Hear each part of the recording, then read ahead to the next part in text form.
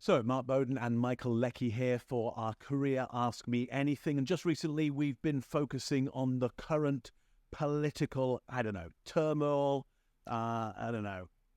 jamboree, shall we call it? Maybe even celebration, maybe even party that's going on at the moment in the US election. What can everything that we're seeing around us right now help us understand the business landscape and certainly the business leadership landscape? And here's a question that came in. How can business leaders best disrupt their own leadership style to better address the challenges? And are there lessons to be learned here in the current political landscape? So, Michael Leckie, what can business leaders do to disrupt their leadership styles to better address the challenges around them in the business and the landscape?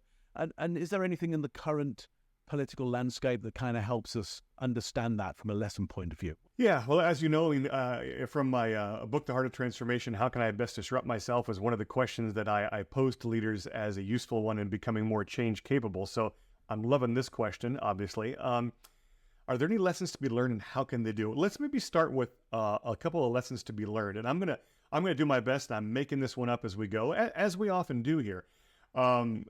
But I think that we've seen some interesting disruption and lack of disruption in the current U.S. political campaign. So one of the things we saw disrupting was a leader who was saying, I'm in here and I'm fighting till the death because I believe I'm the right leader. That was Joe Biden. And Joe Biden hasn't changed his mind. He thinks he is the right leader. He thinks he is the leader to do the job. But he realized that he did not have enough of the electorate believing that, whether it was true or not. And so he disrupted himself by saying, but I'm going to step aside anyway. Huge disruption. And then the thing that his Vice President Kamala Harris did was she has then stepped up and said, my disruption is I'm stepping out of the shadow of what I was supporting. And so she says, I'm changing my role. And she stepped very comfortably into the lead role from the second chair. Two really, really interesting disruptions that have brought a vitality and an enthusiasm to the campaign, which is kind of unprecedented. And so the lesson I think we can have there is that there are ways to disrupt yourself by both stepping back and stepping up. Now, it doesn't always have to be as dire as stepping back from the role or stepping up into a new one, but there are times to do that. That changes the dynamic. It changes people's expectations. They start to say, wait a minute, this is not what my assumption told me was going to happen. I'm intrigued. I'm interested. You've got their attention. And then, the old saying, any press is good press, even if it's bad. They've given people a reason to talk and focus on them. What has that done? That has taken the coverage away from the master of getting himself covered, Donald Trump, to the Biden and the Harris, and now the Harris and Walz campaign. So what has Trump done to disrupt himself? Nothing. He's doubling down on what he's had before, what's worked for him in the past. And what's interesting is because it did work for him in the past, I think he's stuck on it and he's stuck with it because it was a formula that got him where he wanted to be once. I don't think he's taking into consideration all the other factors that were non-Trumpian that led to his election. And I think, and probably, betraying my political biases here, I think that's because Trump is a person who is focused on Trump. And he's like, it's all about me.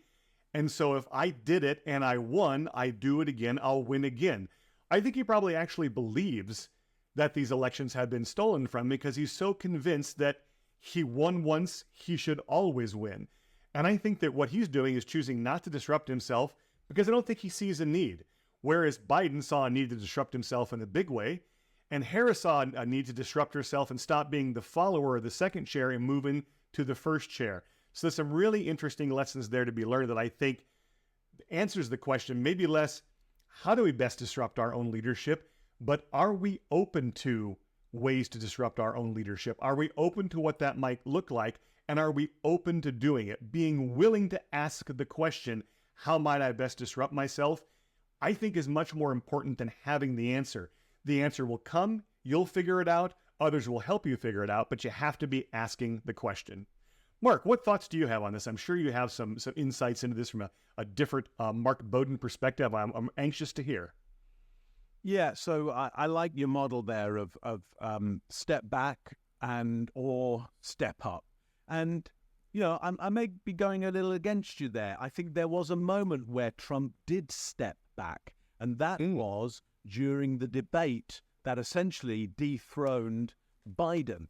He'd taken on some commentary from the public, and the public had said, hey, you need to shut up a bit more in the debates. You need to not argue. You need to not talk over people. We know that he got that message because he publicly said, hey, I've been told this and I'm going to take account of that, and I'm going to disrupt myself, and I'm not going to shout out, and I'm not going to interrupt.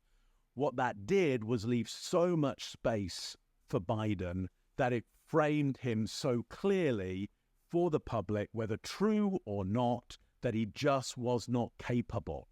And if Trump had not disrupted himself and had gone, you know what, I pay no attention to that public, I'm going to be the same, big guy who drives over the top of everybody and shouts everybody down, we wouldn't have seen the Biden that we saw that night. And then Donald Trump wouldn't be in the position that he's in now, which is he now needs to step up, but step up potentially in a way that takes into account the disruption that's happened with the Harris team. Now, look, just as we talk right now, we're in the middle of the DMC, which is a total jamboree. I mean, it's star-studded. They've got a little more than Hulk Hogan going on for them. Okay, they've got some of the world's biggest stars. Hollywood has shown up.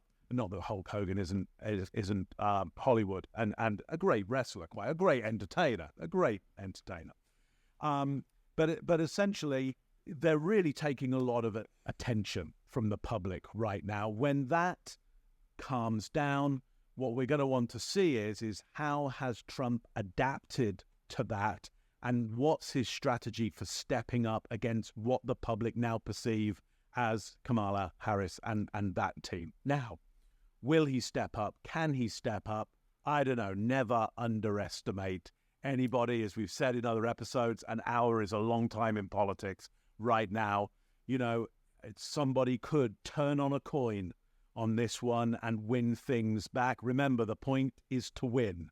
When you're in an election, there is no second place. There's the winner and the loser.